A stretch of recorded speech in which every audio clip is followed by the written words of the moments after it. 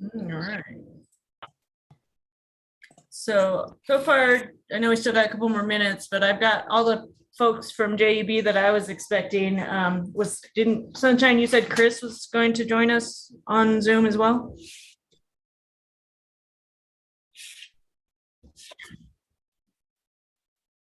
All right, well, if he joins, he joins. If he doesn't, he misses out. You guys have a quorum and that's what's important, right?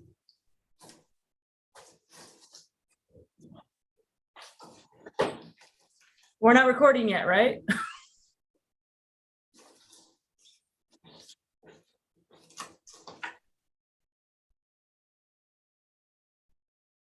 Oh, cool. Good to know.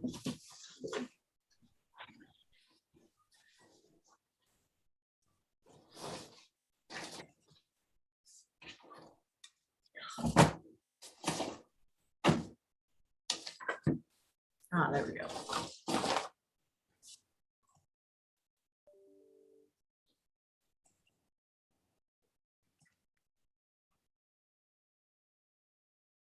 Call the order, and this is report for January the 13th, 2022.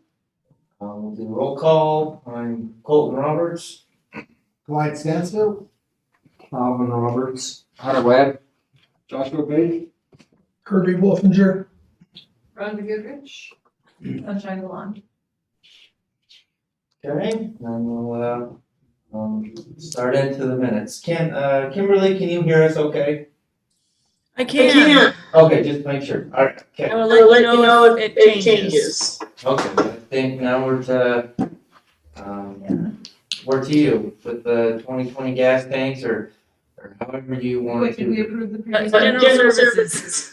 Yeah, I just wanted, the first stuff on the agenda is all pretty quick. So I just wanted, hopefully run through that pretty quick here. First item is our general services task order. We do this annually to capture tasks that we cannot put onto other FAA or UDOT funded projects. Typically, we've been doing $10,000 a year. Typical years, we have not been exceeding that 10,000. Last year was a little bit different because you guys were just getting the board started and the FBO, RFP, minimum standard. There's a lot of extra tasks last year. But I think this year $10,000 would be plenty for that. And then if we're starting to overspend that, we'll let you know if we need get permission to amend that like we did this last year. Any questions?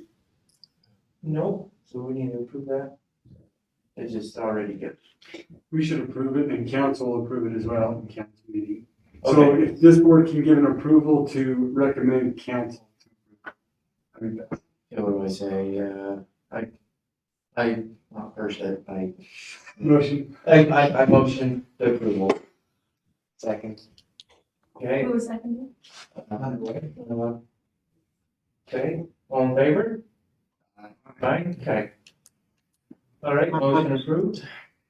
Perfect. And then the next item was just revisiting something from the last board meeting. And just a quick update on that. The NODA manager, we decided that it's going to be Kirby and Clyde to do that. I think you guys are set up for the call-ins. And then you know what you need to do if you wanted to do the online NODAs.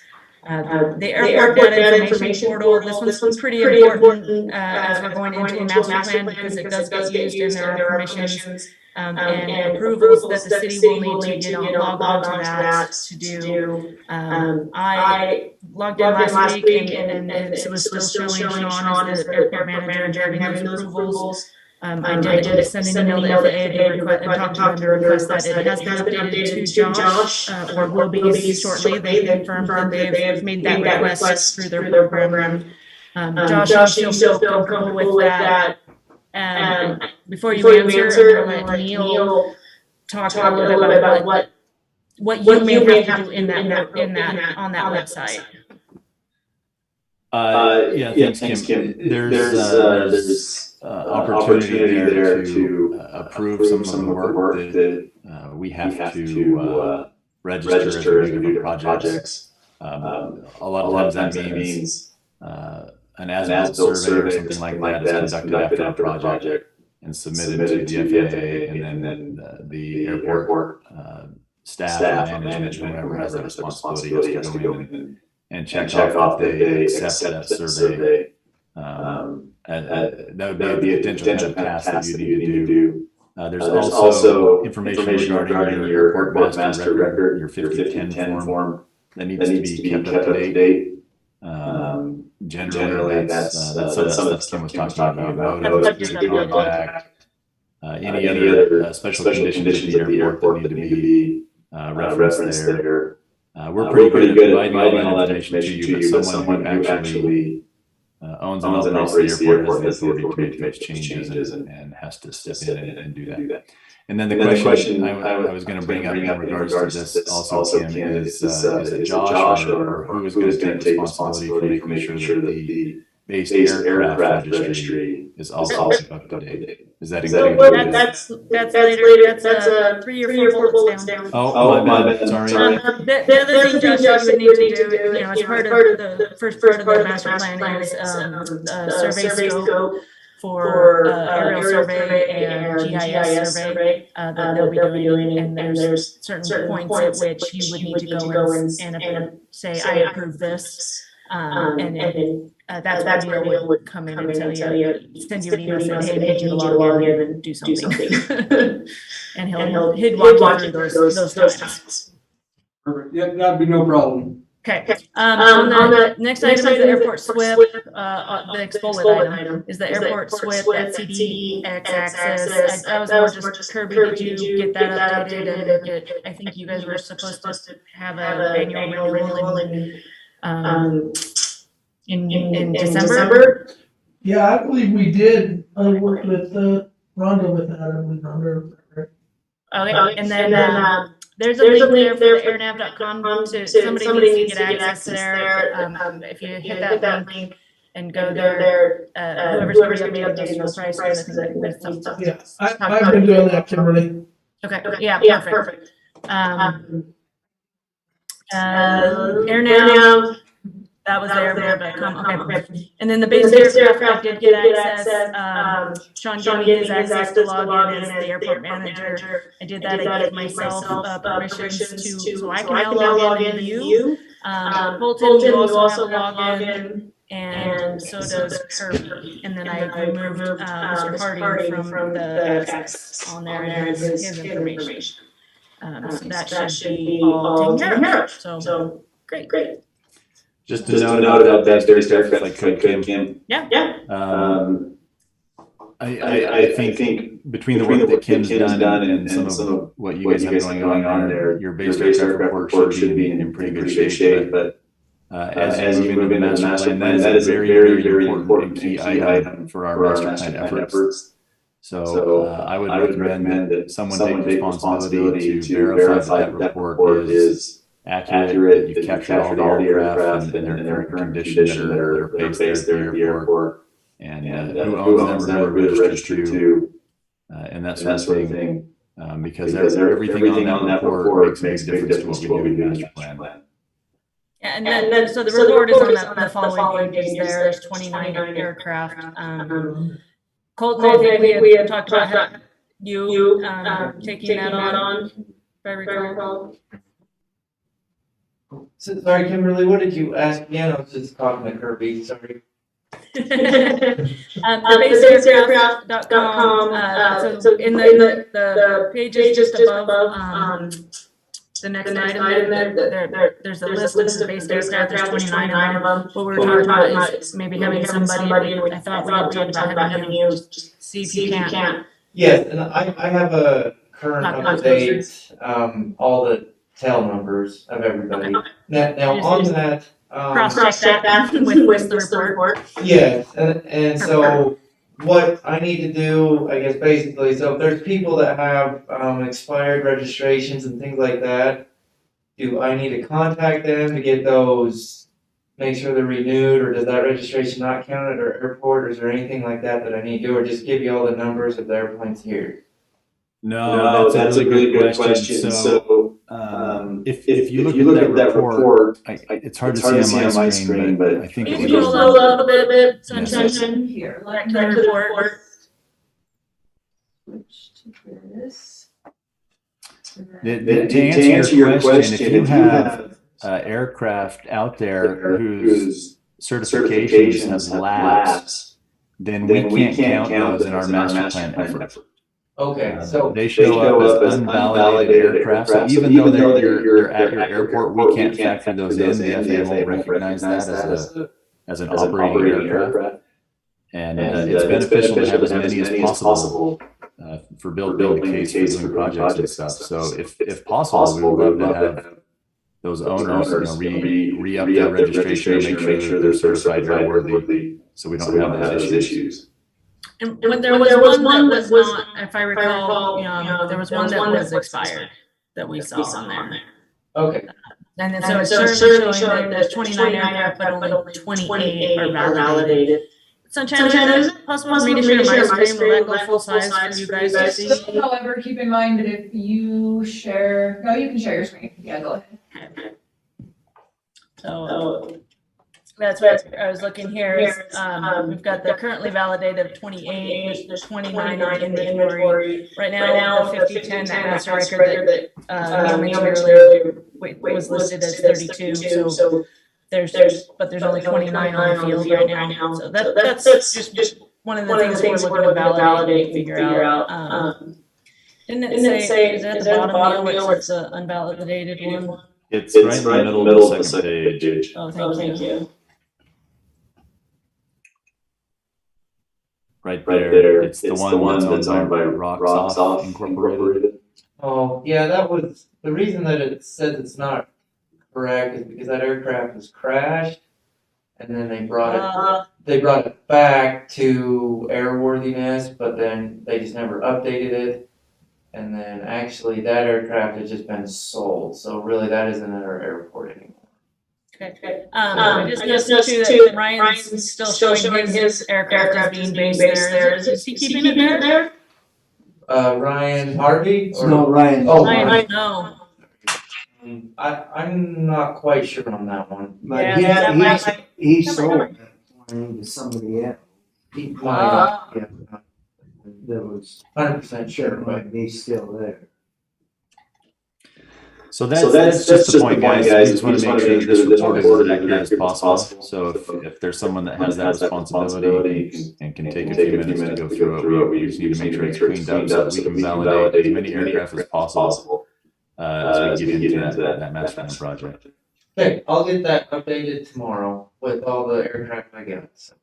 Cool. But update with all the aircraft you got, and then the key is that those updates need to be put into the basedaircraft.com website, because that's what we'll turn in a report to the FAA, and then the first thing they'll do is pull up the based aircraft report and compare our report with theirs, and make sure that we match. Okay, I'll work on that tomorrow, so we have that done. Okay, so this next item is has to do with the fuel system. It's filling out this form that I started filling out for you a little bit.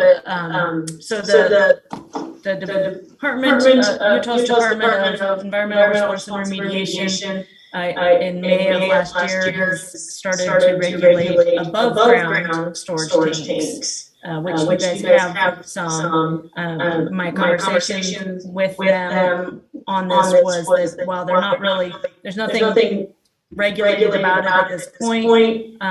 It's more of an inventory and a log. So if there is a spill or something happens, they have those records for that. And they just asked that, to have my airports that have an above ground storage tanks for the fuel system. To fill out the form. So if you, I was thinking Clyde and Kirby might be able to tackle that. I filled in some of the stuff I knew already, but some of it I don't know. I mean, we'll fill out whatever you can and then submit what you can. There's not a requirement to do this at this point. They're just asking to have it done.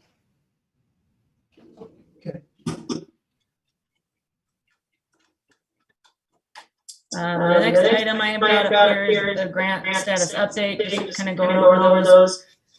And this is, Rhonda, I didn't get a chance to talk to you today about the emails back and forth with your guys' audit on this runway project. If that's something that you guys can have an invoice for in the next week or two, then we can include it on the grants. Otherwise, it sounded like Jesse Lyman at the FAA was thinking that we could include those costs for your audit on a future grant. So, sorry, that's a little sidebar on that. But otherwise, We'll get with the auditors and I'll get back with you on that one. Kim. okay. Otherwise, the AFP 14, 15, and 17 have to do the runway and taxiway project. 14 and 15 have had drawdowns, and they are supposed to be ready for final payment as soon as we get back to Jesse on that. So right now we're looking at almost $119,000 final payment on 14. And then final payment of almost $2,500 on AFP 15. 17 was issued during the project. We were having a lot of change orders, and I was nervous that we wouldn't have enough money in the grants that we had 14 and 15 to cover all of the change orders. So FAA did issue AFP 17. It turned out when we got finished with the project, both the construction and the engineering came in under the budgets that we originally thought, so we did really well on those. So we didn't get it into 17. So that was just going to get closed out with a letter or an email from Josh to Jesse at FAA with some suggested text there. If you wanted to do that. Then he'll just get that closed out. And then those funds are part of your $150,000 that you guys get a year. So those go back into your airport kind of bank and be available for the master plan. 16 was the CARES Act grant. And finally, after some snafu last spring of FAA not getting the files correctly, the requests and all that, final payment, and you guys received that in December. So that should be closed out or getting closed out by the FAA. There's nothing for the city to do at this point. That grant, we requested reimbursement on that hangar door, $30,000 of that one. And then the remainder of that hangar door we applied to AFP 18, the CRISA grant. So there's still partial available of that grant, about $400 available on that grant that you guys could request. And then third, AFP 19 is the ARPA grant at $32,000. And no request, it's open, no request has been made on it, so that's more just what you guys wanna tell us to request on it. So I know there's some upcoming costs at the airport. There's no rush on that, so you guys can think about it, figure out what you want to add to the use that money for. But it's administrative and maintenance costs, not capital improvement, so it's not on construction.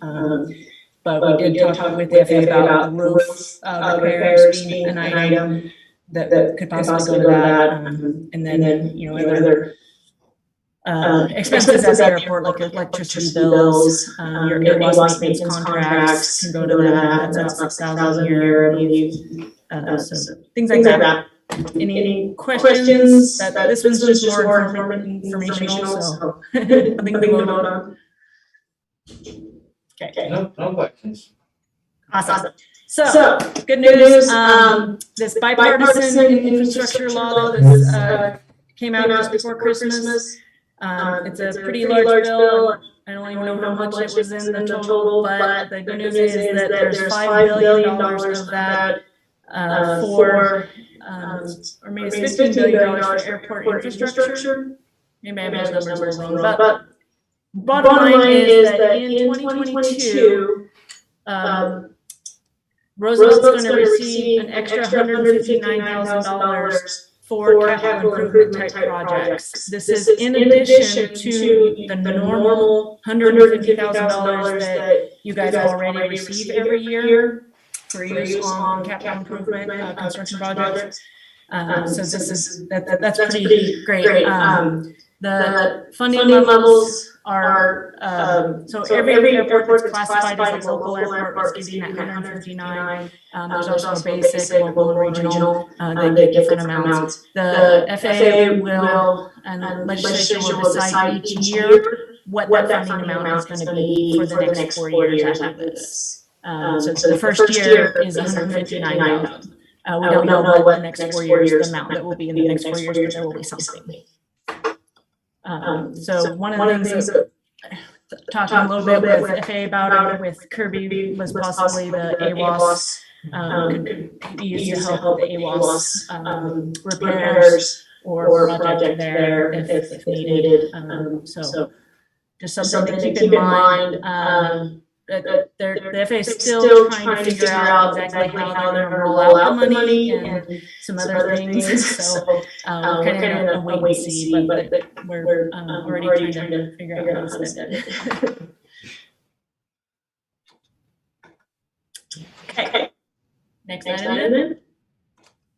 I'm going to give this one over to Neil.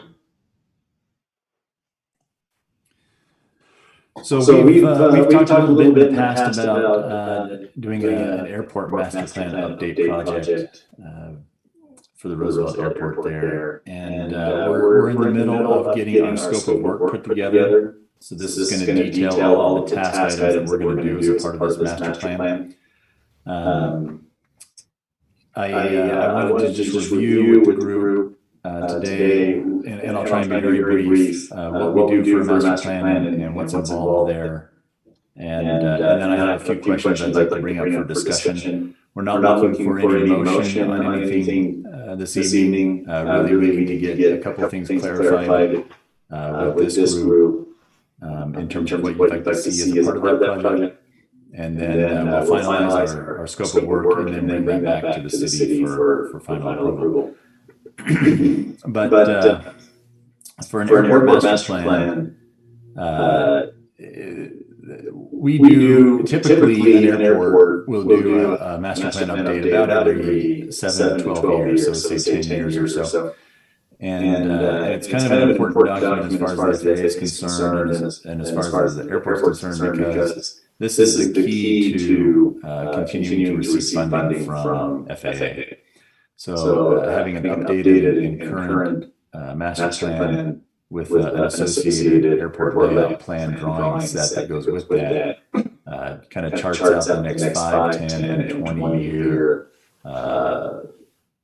list of projects, if you will, that the airport's hoping to accomplish. And then we will take that list and update it and kind of shift things around every year as we see what is actually needed and what funding is actually available. But this puts those projects on the list so that they can be considered. If they're not on the list, the FAA doesn't let us consider those projects. So what this involves is us doing a lot of information gathering about the airport. We want to set a really good baseline for what's out there now. What amenities are on the field. What does the airspace around the airport look like? Any issues and concerns that the flying community, this board, or the city has about the airport. We want to find out what those things are to see if it's possible to address any of those in the master plan. And that's one of the questions I want to start a discussion about here in just a moment. So we set a baseline for the airport. We also are required to do some public outreach. So we need to get some recommendations on who the interested and concerned parties are that we need to be talking to as part of this master plan. Typically, what we do is put in our scope of work that we will do in person or sometimes over the phone interviews with key stakeholders. And I know oftentimes members of the airport board are also stakeholders of the airport, but we need more than just the pilots and the board members. We need some of the public officials. If there's neighboring property owners that would have a vested interest, county officials, city officials. I know in previous work that we've done out there, we've received some good response and some good feedback from county commissioners and county planners. We're hoping to get some of that same support on this project. If there are any businesses or industries out there that heavily use the airport but aren't necessarily there all the time, I know Kim and I have been standing out on the airfield when airplanes come in, bringing executives for some of the mineral companies that operate in the area. So we want to kind of gather a list of those interested people so that we can really dive into any issues or any desires that the community has for the airport.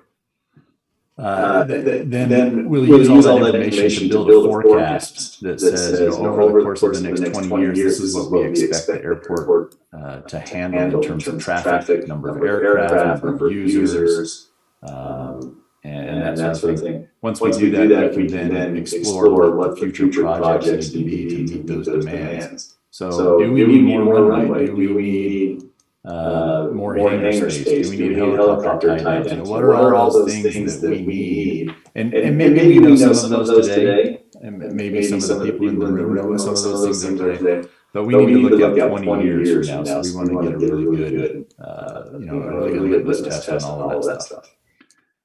So then we'll take all the information, we'll build a forecast, and we'll build a project list, and we update your ALP.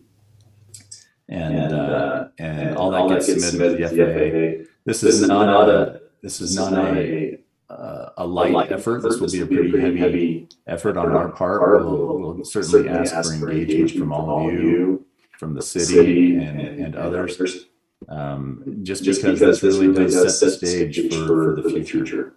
But what I'd like to bring up here now, just a couple of questions for you. One is I want to get a discussion going on what issues, concerns, hopes, and dreams you have for the airport that you think we need to address in this master plan. Because if there's anything specific, I want to make sure we capture that in our scope of work, so that we program enough time to handle those specific items. And then the second question is, what level of effort do we need to do in engaging the public or stakeholders? And who are some of those people that we think we need to reach out to? We may not be able to fully answer that question tonight, but I want to get the ball rolling on that. Because there's certain things that we might want to do, and I'm going to throw out some ideas for you there. Sometimes that's a public survey.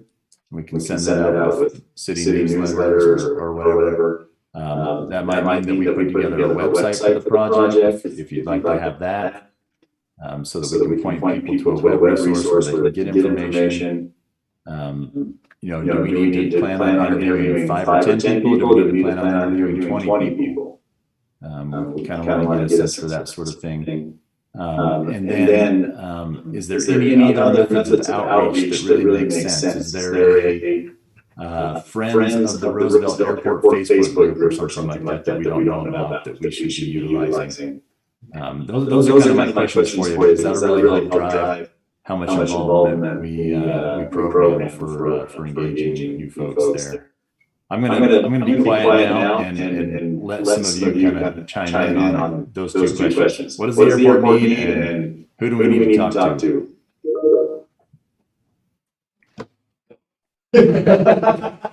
Can public talk? Sure. Yeah. I'm not on the board here, but I've built 3 hangars out there at the airport, and I own 2 of them now. And so I have quite a few planes out there. But the one thing that I'm interested in, we had Lifelight come and ask us to use our hangar because there wasn't a hangar that was heated and big enough for their new helicopter. And because of that,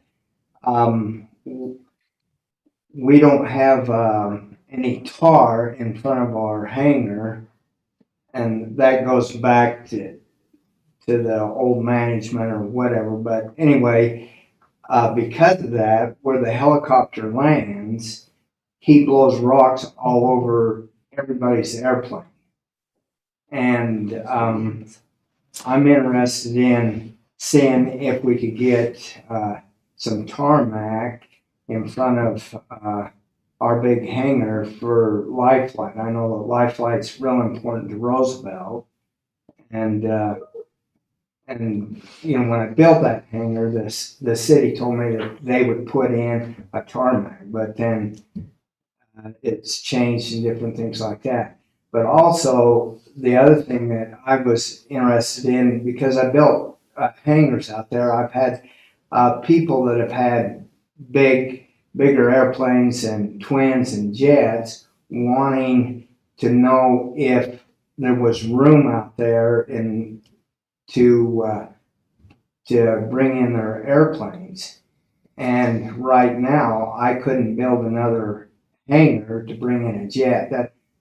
Originally, that's what I built my big hangar for. It's an 80 by 80. It's probably the biggest hangar except for maybe the city, so that we could bring in and house jets in case they came in and wanted to stay overnight and wanted to have it in there. And we can't bring the jet in because we don't have a tarmac, and the jets won't go over the loose gravel. And so that is my concern that I would like, or things that I would like to see happen out at the airport, is develop that area more for commercial, bigger jets to come in at where my hangar is. So.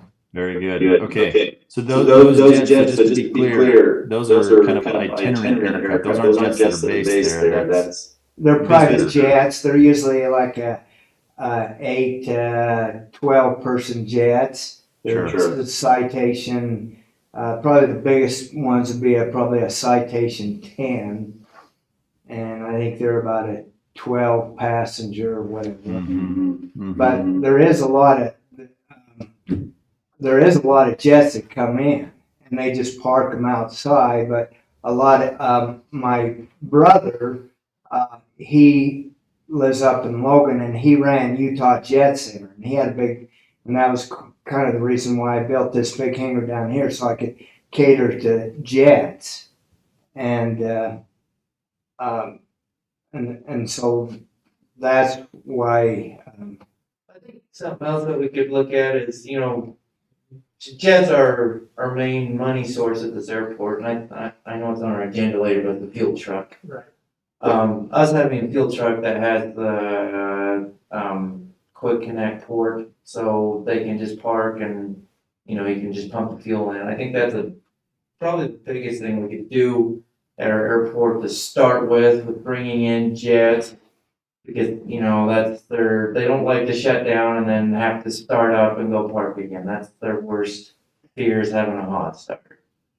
And that's probably one of the big things, you know. And then expanding commercially. Yeah, I think, you know, going east of the city building, you know, if we can develop that way commercially with bigger hangars, and going to the west would be more private hangars. I think isn't that kind of what's set out on the. Yes. It is that way, yeah. So I mean that, and probably another thing would be nice is if, you know, the airport had a, you know, and I think that's the master plan too, is a fence, you know, a fence all the way around the airport with a gate, you know, the number combo, because right now anybody can go to the airport and do anything they want.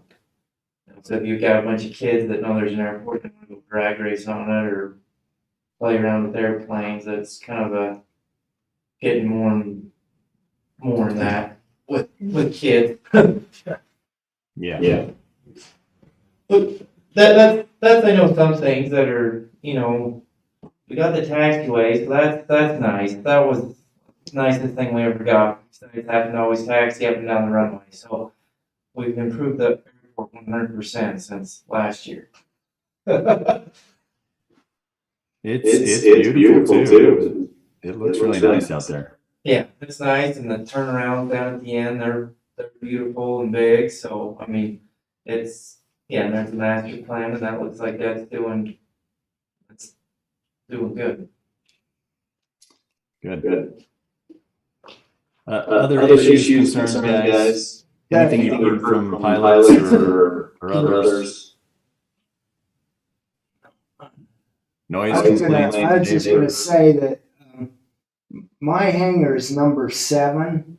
I don't know if you see the same thing. Yep, so, Okay, and if you see right in the side of, right the yellow, we got tie downs all in front of, so accessing into our hangar, they closed one down. But if we wanted to bring in a jet or something, you know, it's really hard right there.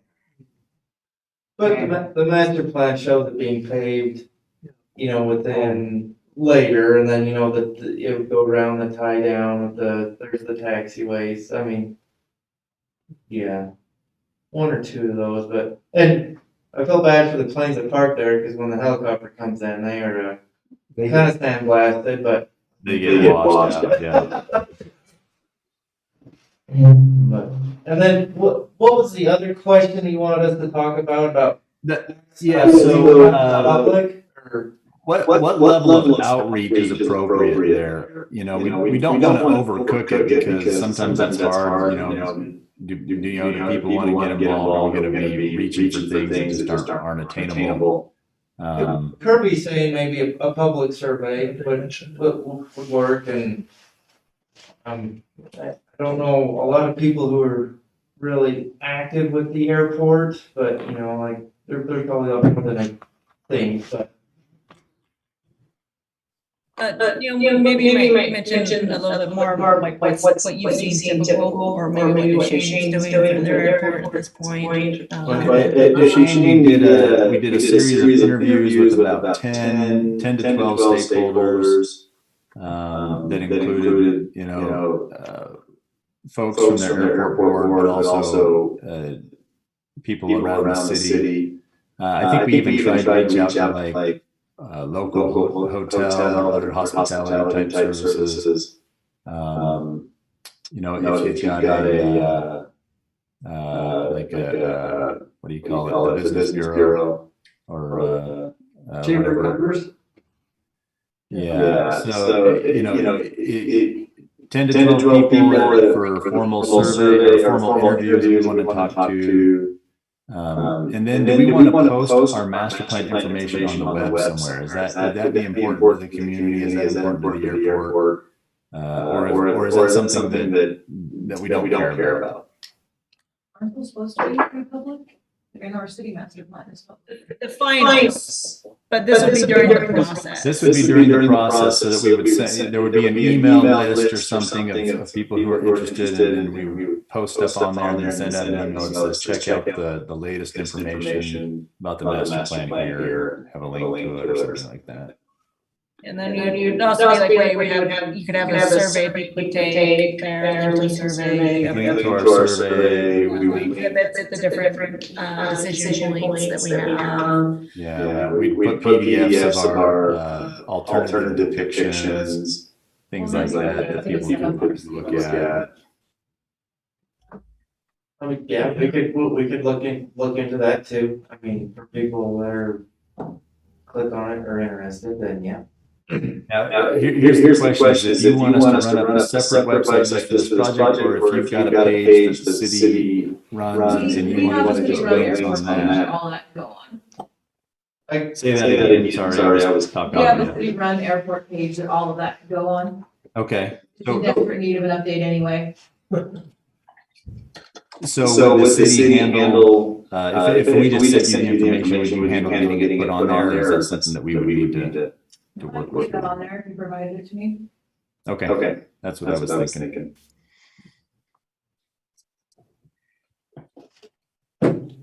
Any specific people that you think we should put on the list just because they're going to be a hindrance to this process? Are there anybody out there that's going to come out of the woodwork and start bringing the torches and pitchforks when we start talking about fences or moving hangers or paving area, that sort of thing. Oh, yeah, there might be a few, yeah. I'm sure you'll always get that. I don't know what you really do about that. We invite them in. We include them in the process. Yeah, I mean, that's probably the best. The worst thing we can do is ignore them and then have them come in at the end of the process and raise a big stink. That would just derail all kinds of things. But if we can get to them early and say this is what's going on and at least allow them to be heard, then I think we'll be able to come away with something that appeases more of those people than not. We can't make everybody happy all the time, but at least we give ourselves a fighting chance at it. We bring in our public involvement folks that are part of JUD. They're well trained in conflict management and resolution. So they talk to the public all the time about the hard issues. So that's helpful. Okay. Okay, so I took some notes on some of these specific issues that you have there. If anybody thinks of anything else, communicate that back to someone at the city there, and they can get that to us. And then what I've written down is we probably do want to generate some kind of public survey that we'll get out. I'm gonna go ahead and program for 10 to 12 individual interviews of key stakeholders, unless someone has something different to say there. And then any web information we'll just provide documents to the city. They post them on the city page. So that's actually that'll work out well in terms of controlling some of the costs for the city on the project. And then I took a note that there's a couple of particular individuals that we need to make sure we reach out to in an individual manner. Okay, sounds good. And then what follows on the following pages is an example scope of work. This has not been detailed out as for Roosevelt. It has, for the most part. There, like I said, there's a few things I need to go in there and fix based on this information that we talked about here tonight. There's also there's a pretty hefty labor or effort described for labor in doing some environmental evaluation out there. But in talking to our environmental specialists that would do that portion of the project, we think we're going to be able to get away with doing a lighter effort for environmental because they've done a bunch of work for these previous runway and taxiway projects already.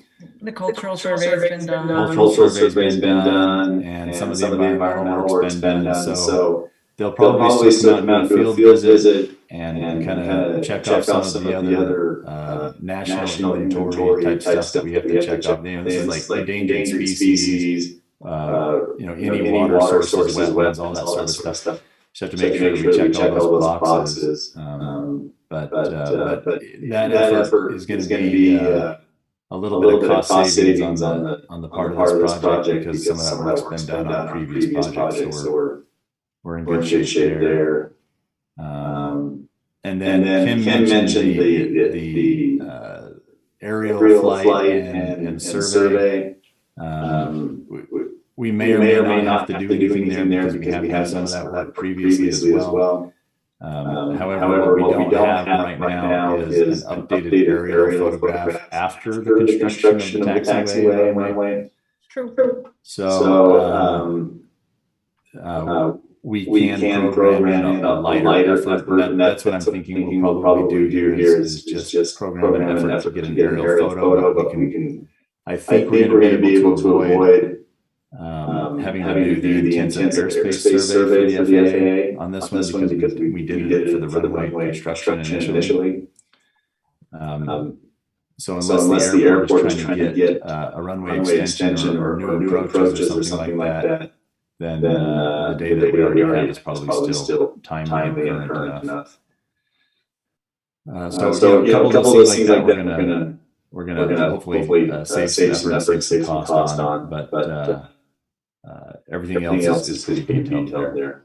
So when you can't sleep at night, you need some help, go ahead and pull this up and start to peruse it, and you'll solve all your problems.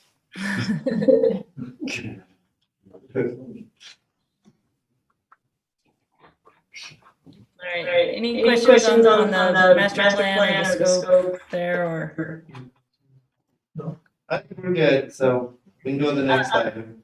The next item is the grant application that goes along with that project, and while we are still scoping the project, I was the FAA will let us get the grant that's gonna go with it programmed, with the advantage, doing that ahead of time. The advantage of that is that they program us some money, anywhere between 300 and 400,000. I think I put 400 on there. We don't think it's going to be near that much. But then when we actually get the finalized scope and fees together, we just send those updated costs to FAA, and then they'll issue the grant. This will speed up that process by about 30 days of getting the grant in place after the scope and fees are done. So if you guys are amenable to that, there's the grant application in the packet, and this is summary pages that actually need to be signed. I don't know if that's something that the city council needs to vote on as well before Josh can sign that, or if that's something that because it's not actually, you're not accepting the grant at this point, you're just applying for it.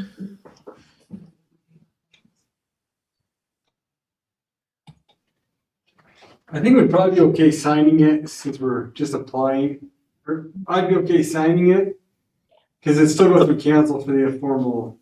Right, to actually accept the grant, the council would do that if I recall. Yeah, that makes sense.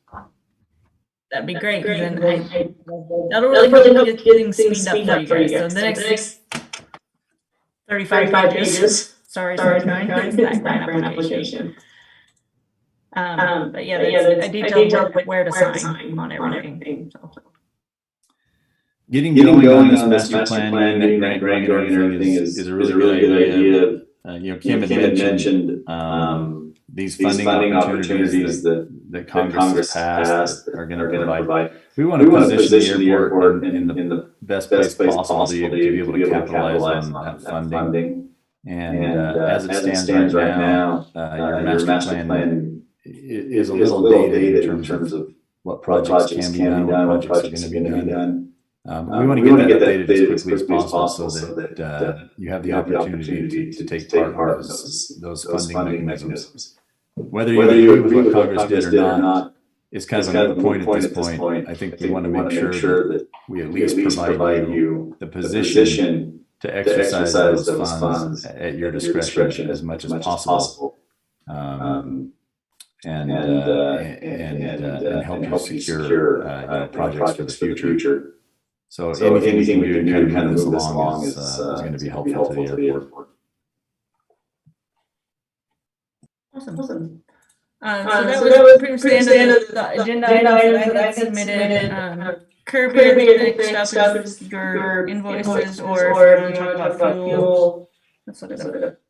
Let's see. Oh, we got fuel price adjustments next on the agenda. So. All right, I guess I can speak on that. The fuel price adjustments, the last adjustment we made, me and Josh raised the Jet A because what we were paying for, we were only making 5 cents on what we're actually paying. So in AirNav, I don't know if you guys are familiar with AirNav, you get on there, you can see the prices within 80 miles of Roosevelt, vernals and everything and stuff, and there's an average and everything. So what I'm asking is, from the board is, so do you guys, would you like to set it at 10%, 20%, or do we stay just so far below vernal, or what would we like to see? And I could make these changes but I would like your guys' blessing to do so. But like, how do we want to do it? Do we want to, you know what I mean, just be no more than 10% of the time, or what would you guys suggest? What is Here's some Vernon? costs. What is Here's Vernon? some costs right here. You can look at those. Probably what, you know, if we go the same price as Vernal and I was a Jet, I would probably just go to Vernal. Right. Because I know that they're a bigger facility. Right. And so probably like what you're saying. Yeah, I don't want to match them. I know we need to be below. So if we're a little bit below. Right. And so is that what you're saying, 10%? Yeah, whatever, you Below want to go that. by percentage, I got you. or 20 cents, or whatever, yeah. 20 cents, Yeah, okay. whatever. whatever you want. I, So you I, see, Vernal, and you gotta take into consideration, Vernal will have, you can see the number there, that AS by ours is assisted service, which I was gonna speak to you, Kim, about that. You know, it's really SS self-service, but Mhm. it's listed as assisted, and I tried to get in that right there, and it just wouldn't let me change it. Huh. You know, but once again, if we talk later about the fuel truck, you know, that part would be, you know what I mean, full service. You know, on that part. So that's why we can wait on that, but you can see the averages and different up above of the avgas and the very top. We'll have to move that assistant self-service out of the way, but It says it's a combination of assisted and self. Typically, Yes. there's assistance while the airport FBO is attended and self-service fuel with credit card payment during the remaining hours. 24/7. Yeah, that's accurate. yeah, You know, probably if you stayed 20 cents below Vernal, that would be still competitive with everybody else. right, and that's all we asked. We're not trying to make Yeah. it, we just want to be competitive. And But that- it got to the point where we were just barely 5 cents, so we had to make an adjustment. Gotcha. Me adjustment, because we weren't gonna make anything. Yeah, you're just basically, you know what I mean? Because right now we are. Yeah, we adjusted it. Okay, Yeah. People that. yeah. It was, Flying in here because they seen that, thought, hey. it was $3.45 before we adjusted it a gallon, right? And it's 374 now. And now it's $3.74, but it was 3.45 or 3.40, and then we were paying $3.45, so we're making 5 cents. Geez, I was And like, we adjusted it to the 3.74 recently. The date right there by December. Go ahead, Kimberly, I'm sorry. How much is that 374 above what you? Yeah, yeah, that's at least. But what we pay now, Mhm. we're still paying we're still paying $3.40 right now, Kimberly. Gotcha, so you're making about 30 Yes. cents. And we're only at 5%, 5 cents actually, before we adjusted it. And I'm So guessing it that. fluctuates, so that's what I'm asking is if you guys give me, We'd still you be know. the cheapest within 80 miles if we were still at 420. You know, that's 20 cents below Vernal. A lot of airports do about $1 above what they buy it for, somewhere, that's probably the max. the average, okay, so you see. A max, I would say it'd be You see $1. here's the average. Oh, this is an Yeah, average. there's the averages. So. Well, as long as you're not, yeah. You're at the bottom of the average. Did you want to look at,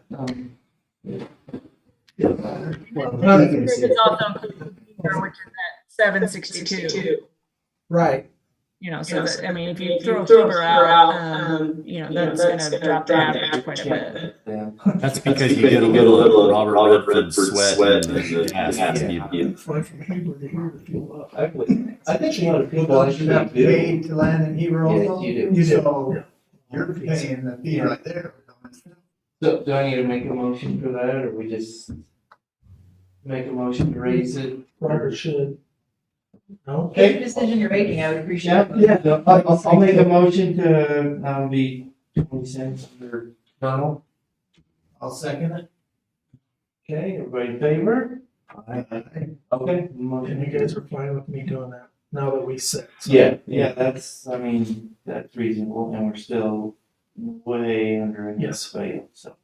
Forgive me, guys. Go ahead, Neil, go ahead. I know I've talked a lot, but if I could just add to your discussion there, one thing to consider is if an FBO were to come in and operate at Roosevelt, you know, the fuel services would be That'd be their primary source of income, probably. And they would take over kind of the pricing and the services of the fuel there. And so you want to make sure that your conversation about pricing and how you structure that going forward will also fit with the appeal that an FBO would have in taking over those services.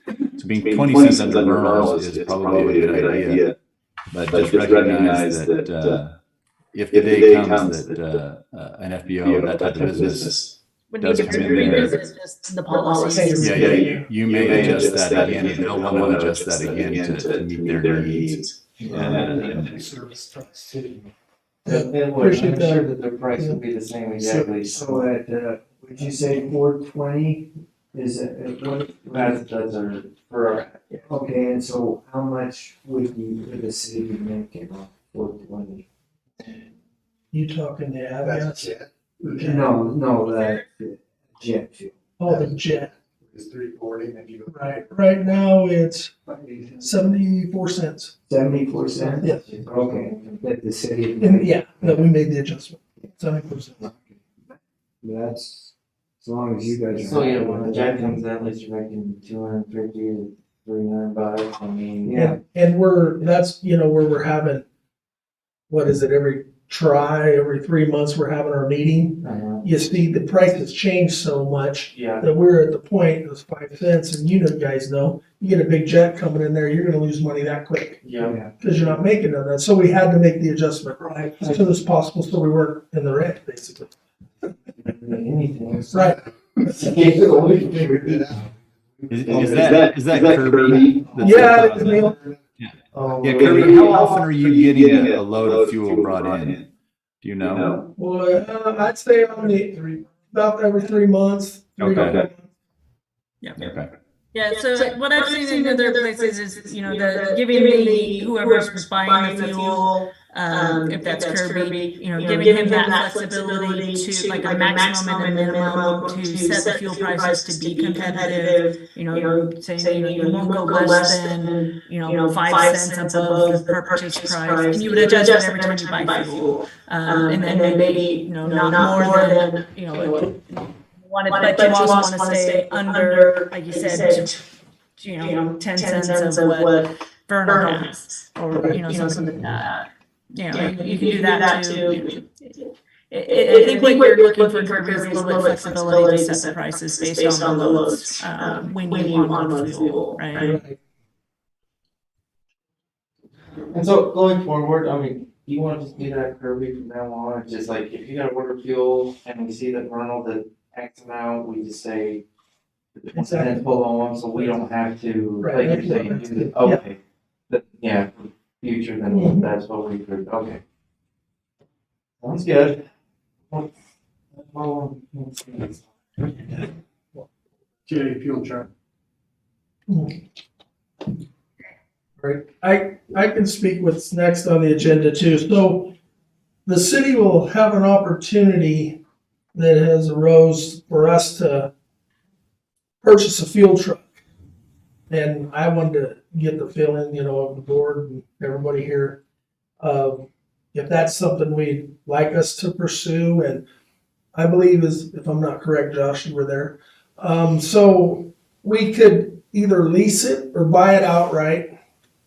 And the gentleman that wants to sell it to us is willing to come over, and it was used at Dynaland in the past, but it's been setting for a year or two.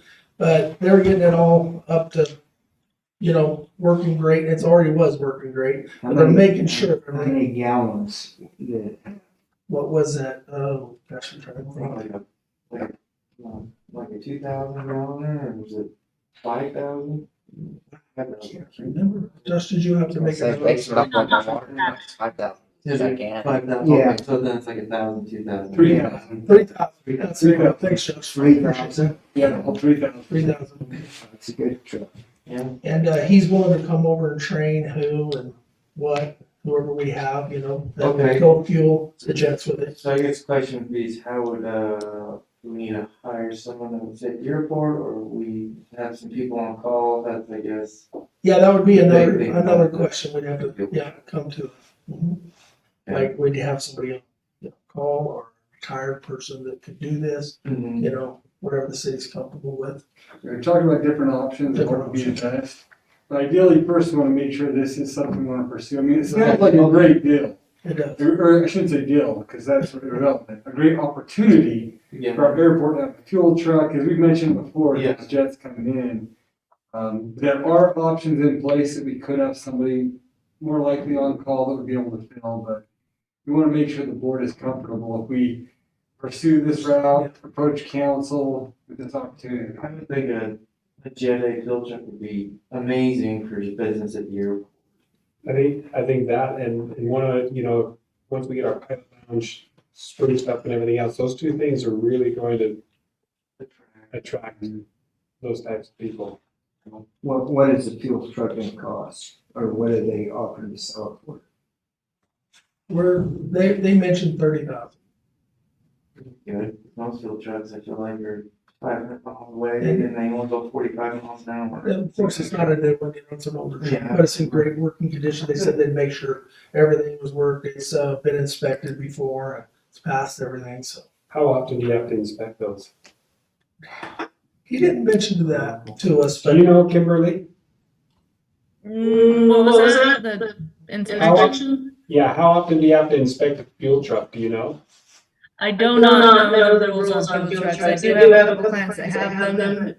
I could ask or put you guys in touch with them that operate their own fuel trucks. Would it be a hazmat type deal as well? I mean, if it's a fuel truck driving, I know it's not gonna move, you know, very far, but is that something they're gonna have to require to hold I think it operate? works on airport. There is some training, I do recall on it, I don't know if this was a hazmat, but there is some training for operating and driving the truck and certifications, something like that. I'll put Kirby, I'll put you in touch with one of my clients that has one. And they do a lot of sales off of that thing, so. Yeah. all right, I appreciate that, Kimberly. Thank you. Yeah, and it's really good for, so they get a lot of light flight helicopters in, and that's one of the main customers for the fuel truck. What that allows them to do is with the fuel truck is that the life flight can come in and refuel without powering down. They can do a hot fuel, if you will. Whereas if they're gonna use the fuel system itself, they have to power down. And if they have a patient on board, they can't do that. That's a nice benefit to having that truck. Is this something you can self refuel the truck, or is it something they have to come in separately? No, so what I have, there would be, I do need advice too, if you get a truck, there would be a modification to the fuel system that would need to happen, and I can look into it and see what that cost would be to make a bulk retail fuel tank, and that allows you to refuel the fuel truck off of the Jet A tank. Off that system, and so you're still just filling your normal 8,000 gallon tank, and then you're refueling your fuel truck off that. Okay. And that's all done by your personnel or whoever says they need to qualify to do that. We're almost getting to the point where, once we get the hangar and the pilot's lounge and everything spruced up, I think at that point we need to have someone there. Yeah, you'll have to, because once people know the place and get a lot of jets just as it is. Right. And We're gonna get a lot more there'll be a lot more. in this year and the coming years Mhm. with everything that's going on. Not only jets, but just private. I mean, a good pilot's lounge is a killer. I mean, killer. If you're going and flying 4 or 6 hours a day, a good pilot lounge is awesome. All right, well, that sounds good. For it. One of the things that's not on the agenda that we can just discuss is, so I had an individual, it's been a month or so, he had a helicopter and he was out at our airport and asked if he could put it in the city hangar for a few days. He was willing to pay, but we don't have anything set on a daily rate or whatever. Out of courtesy, of course, we let him, you know, I did. But in the future, do we want, if that arises, you know, that they're gonna be there 2 or 3 days and we set an amount and then I can tell them that? I mean, it wasn't like he wasn't willing to pay us. We just don't have anything. Then I didn't feel though I should just, you know, take it upon myself. So It's usually for a night, usually always been $100. an overnight for somebody, but In a hangar. in a hangar, but things have changed a little bit, but Do you someone- dare in that hangar? I mean, you've got insulation falling, you've got leaky roofs, you've got That no is security. Yeah, probably- You'd still charge something in there. I mean, Yeah, Yeah, I'm not saying what. but that's, again, with a fuel truck and a few of the things, we're gonna attract more people in. And the hangar itself, the pilot's lounge, those things, we need to take care of. Yes. We kind of, just push that aside for now, just because of the pricing on the tin and everything else to get the roof done. But once we get that roof done, then everything else will move fairly quickly after that. But it'll attract those types of clients, and I think you're right, we'll be getting a price Right. fixed. yeah, but I guess if someone comes in, or even someone that has a twin engine or something, and they don't wanna keep it up, it's gonna get profit, but usually typical about $100, for the night or whatever for that. You can just go around and check, you just Yeah. check a couple places, but, Vineland and, Yeah. and, I know Apex. Yeah. Yeah, no. Well, no, it's Rocky Mountain, yeah, classic. yes. I know they allow people to park in there, Yeah. intermittently, and so. we can Most check people that. do, but I mean, it depends on, sometimes the helicopters, depending, are kind of, if they're a single blade, easy. If they're four bladers, they take up the whole hangar. Yeah, And then, getting an airplane out. yeah, and that's also the other scary thing, that they're there for the night, that's okay. But then if they wanna do like 5 days, and there's other people in the hangar that say, well, I can't get out because Yeah. here I have a $5 million helicopter and I have a little airplane, and then we're gonna have hangar. I believe that'll go, with the master plan. Yeah. More hangar space. The master plan, that'll be huge to have more hangar space, because as we grow, we're gonna need that, and there's individuals that, we'd have enough room to do that. Right. Right now, there's, like you say, you gotta consider people that are already in there. And I did mention it to him, it was a small. So it's It was just for, Yeah. leaving first thing in the morning. Yeah. We're okay with And it. you know, it's probably gonna take That's- their night. And when he wasn't flying, it was because the wind was that. Yeah. And that's usually why they're there. Nobody else was gonna fly. Yeah. Okay. Just need some sense. Or if they buy a lot of people. Along Right. those, They do that too. They was. He was. They buy, lots and things. along those same lines, did we already talk about, it looks like we based aircraft and logins update. Yeah, we might talk about that a little bit, yeah. I was just wondering, did we talk about the hangar, the main hangar, as far as what we should be charging a monthly rate to the people in there and making sure, because that's one of the things that we're looking at, trying to Yeah. button up, right? Absolutely. So that's the other thing. What do we have it set up right now? I think the previous employee there had suggested a much, I think it was more of a verbal just rate, like $150 a month, which is way cheap. It's Um, very cheap. You guys rent, don't you? Yeah. What do you rent monthly? If we rent, it's $250 a month. That's $50 a month. fairly average, I mean, you can't consider Heber, but, Well, what we don't want to do is where we have people that have invested their own money, we don't want to undercut them. So we want to make sure that we're at least around the same price. So I would say we should probably, as part of our lease agreement for those that are just in the main hangar, to probably up it to $250 for everyone. And then we need to get a tally of who's in there and send them out the paperwork. And button all that up so that we, Well, and that can go along with what Colton needs to do for the, fixed aircraft list anyway. I think that's really fair, 250. I've been looking around, the state of Utah, and 250 is on the low end, and I think, people, they're willing to fly from Spanish Fork, Heber, Yeah. Salt Lake, coming out to here, park there. Yeah. Pushing 600 a month. Yeah. I was thinking 250 to 300 is what I was Yeah, thinking. that's pretty average, and I think that's what Donnie over there, Diamond, because he has a hangar and stuff, he's kind of said about that, depending on the plane size. So when you do that, maybe let me know and I can go with you and just so we can get that done. And Okay, then we'll I work on, know the numbers, you know, everybody's aircraft and everything, and so you just wanna meet up one day and just, yeah, okay. get the information from you and make sure. Okay.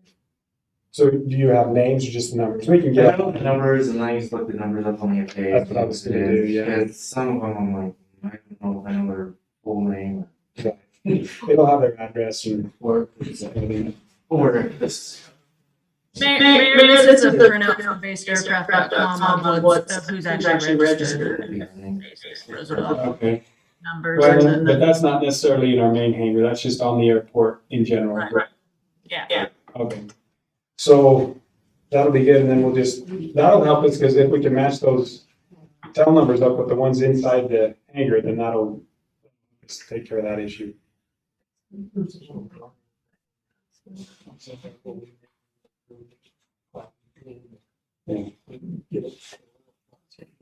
Okay. And what we need to do probably is just update our lease agreement. Yeah. And make sure it has the current pricing, and then we'll make sure that it's getting good. And then on We the, probably need to see about revising some contractual agreements and things, you think? that's probably time that we do that. I know Grant's been busy with a bunch of other stuff, but I had him start on the other land lease agreements there. And we've talked about that too in this meeting. Kimberly, you actually been kind of started on that with us, helping us work out those land lease agreements. And so we'll get back on that and get those finished up and done, so we can get everything just finalized there. And long enough. I was just looking at the spreadsheet I have from 2018 rates and charges in Wyoming. It does cover some of the Utah airports to see if they had anything for like FBO or parking. I can't remember how long ago it was, like, maybe half a year ago, because I went and called all the airports within 150 miles, seeing how they did things, and I still have that information, like, you know, how they charge, and a lot of people got way bizarre ways of how they charge at airports. I mean, I think we're pretty close with if all. we are, you know, yeah, there's some that are just.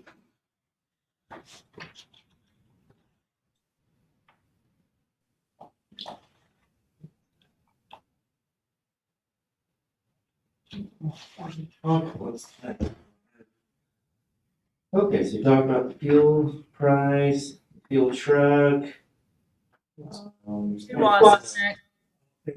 A1, okay. Yeah.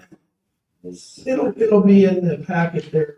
Yeah, I'm getting down there. Okay, thanks, Kimberly. You know, all the pages. Everybody's aware that the ceiling in the AWAS system was not working and hasn't been working for quite a while right now. So they call it ceilometer, is that correct, Kimberly? Yes. Isn't that right? Kilometer. Kilometer, there you go. So anyway, just to, we looked at a couple of options, and that system's over 20 years old. So they would suggest if we just wanted to replace that particular thing, you're looking at, this is a cost that's under $28,000. And It is the most expensive component on the AWAS. I'm glad it broke, because that's perfect. and then So, but for a mere $100,000 more. exactly. So DBT, the transportation service that comes out and that we pay money to yearly to maintenance that and, you know what I mean, take care of it. They said that's just merely a Band-Aid and you'd probably be shooting yourself in the foot because of the age of it and all. So they would suggest you do the whole system. And I've got a better number for you for the whole system. And 131 is what they had said. So be advised that is a whole new system on the existing structure. So the existing tower, H-frame, and the existing foundation. So this is Just got a warranty for 20 years on that one? So- 20, but 20 is a good. When I was talking to the reps, they were saying, "Well, oh gosh, I'm surprised your computer hasn't failed already. Your computer is one of the oldest ones out there." So how's it gonna be better? What is it gonna? Yeah, just better technology. Better take, that's basically what it is. Paying It's up to it's current technology and replacing the computer, replacing all the wires, replacing all the sensors, but keeping the existing tower itself, the metal tower, and that'll save you money in that overdoing the system with brand new system. So Kimberly, you know what my next question is going to be. You got what you missed is you guys are getting another $159,000 this year. Okay, that's what I was going to ask. But, so how much do we have saved, Rhonda, for like the roof and some of the improvements on the building? Do you remember? So the grants that you guys right now are sitting about, you haven't dipped into the third grant, which was 32,000. Sorry, I'm scrolling back up to where that was. And then you still have 4,500, so that's what, 36? 37 almost, yeah. Yeah. Where did I put that? Grant update. No, not that one.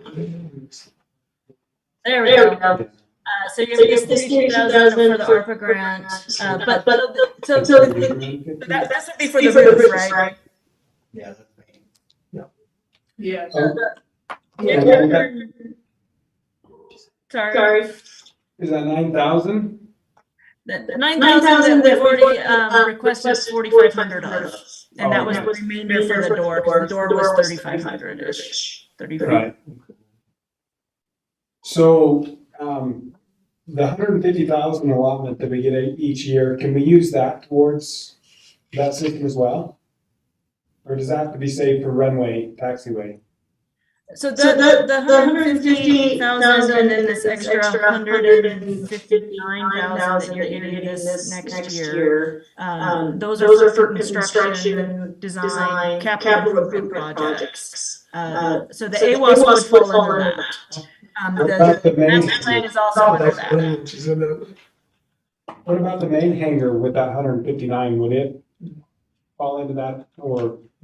It would be more difficult because they want to make sure everything on your airfield is taken care of first before they will go and do other projects, like here. And it's not, we can ask that, you need a fencing project, you need the master plan, and then now you need an AWAS. So. Now, okay, and how much do we have? So we have 36, maybe 35? Yeah, we had a little that we carried over from last year, but we used up part of that, so I'm gonna have to look to see how much it was. What did we use that on? Additional costs that I wasn't aware of that came through at the end of the fiscal year. Okay.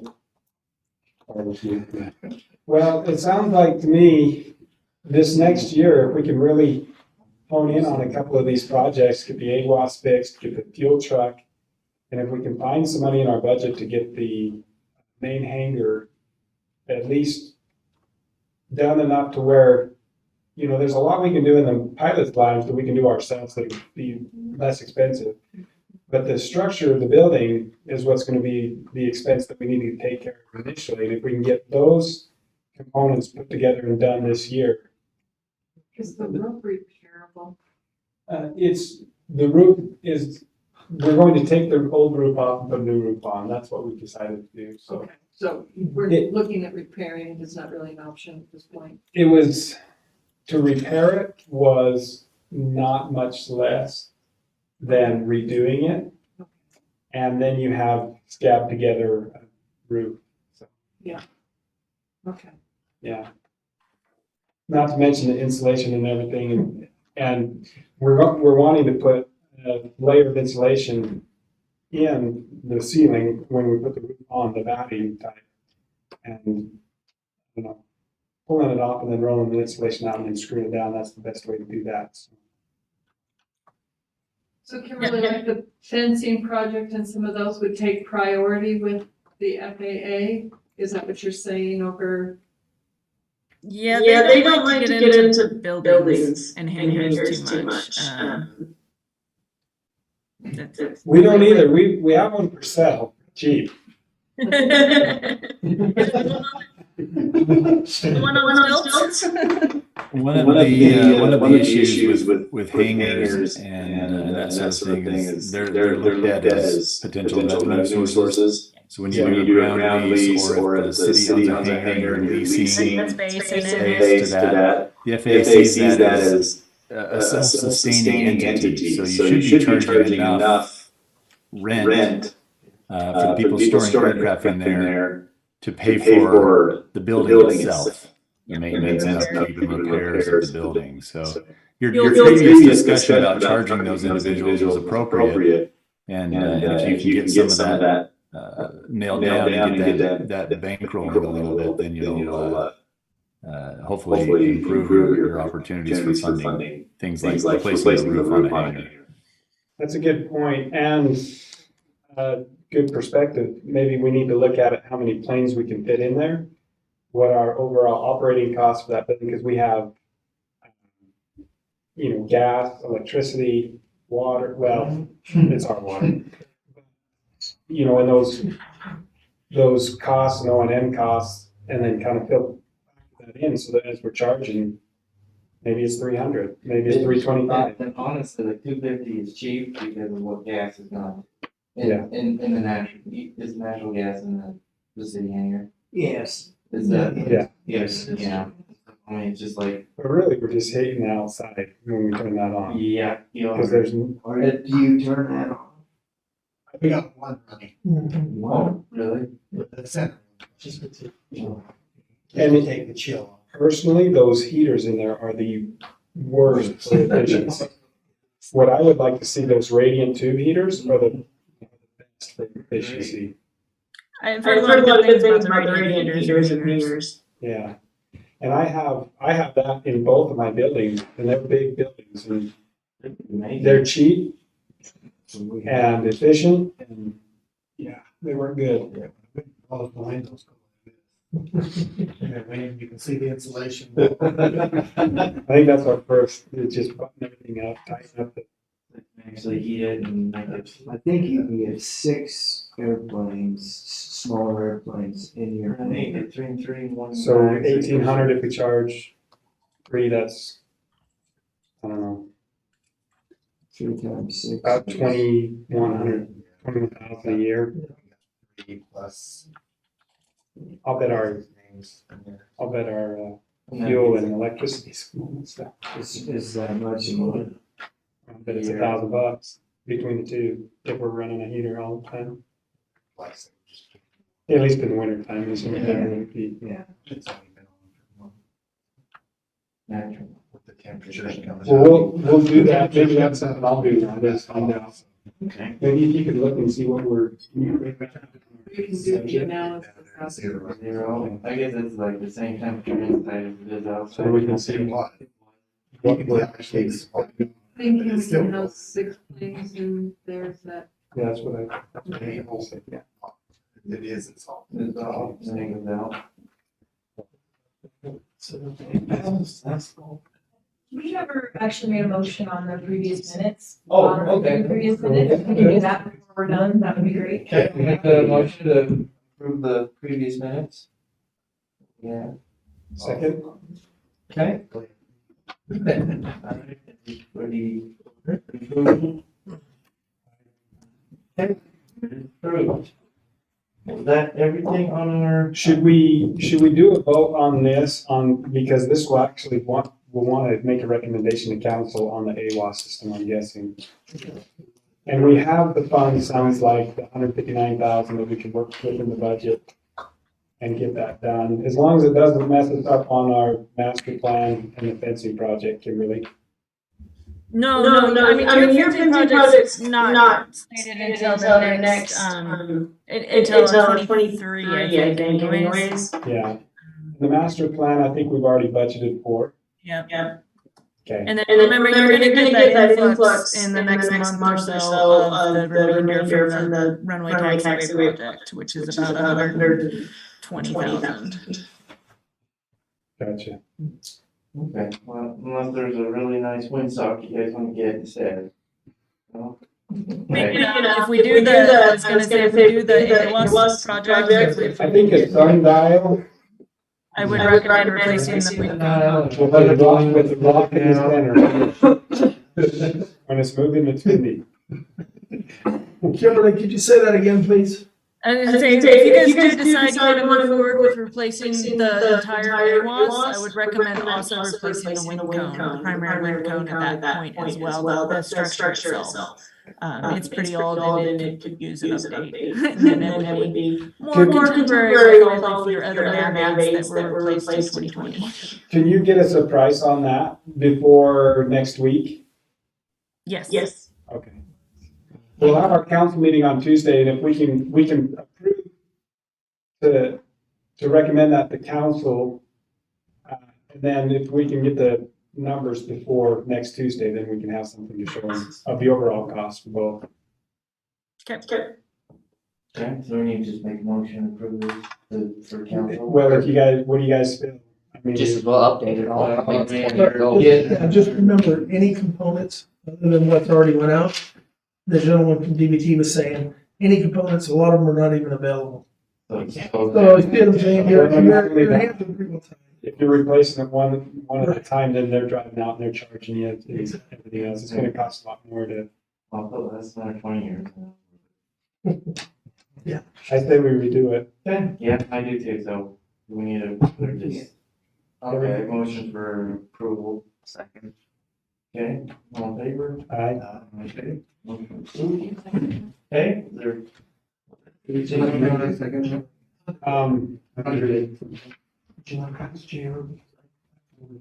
Sunshine? We make sure that it's on the agenda as well. Because that's the new items that last. And we want to put it on the agenda. I know it's late. What was the MP? We're still within, yeah. Oh, master plan, yeah, no. So it's the AWAS upgrade and how we want it on the council agenda? Yeah. And wind cone. Okay, well, I'll make a motion to adjourn. Second. Okay, all in favor? That was a short meeting.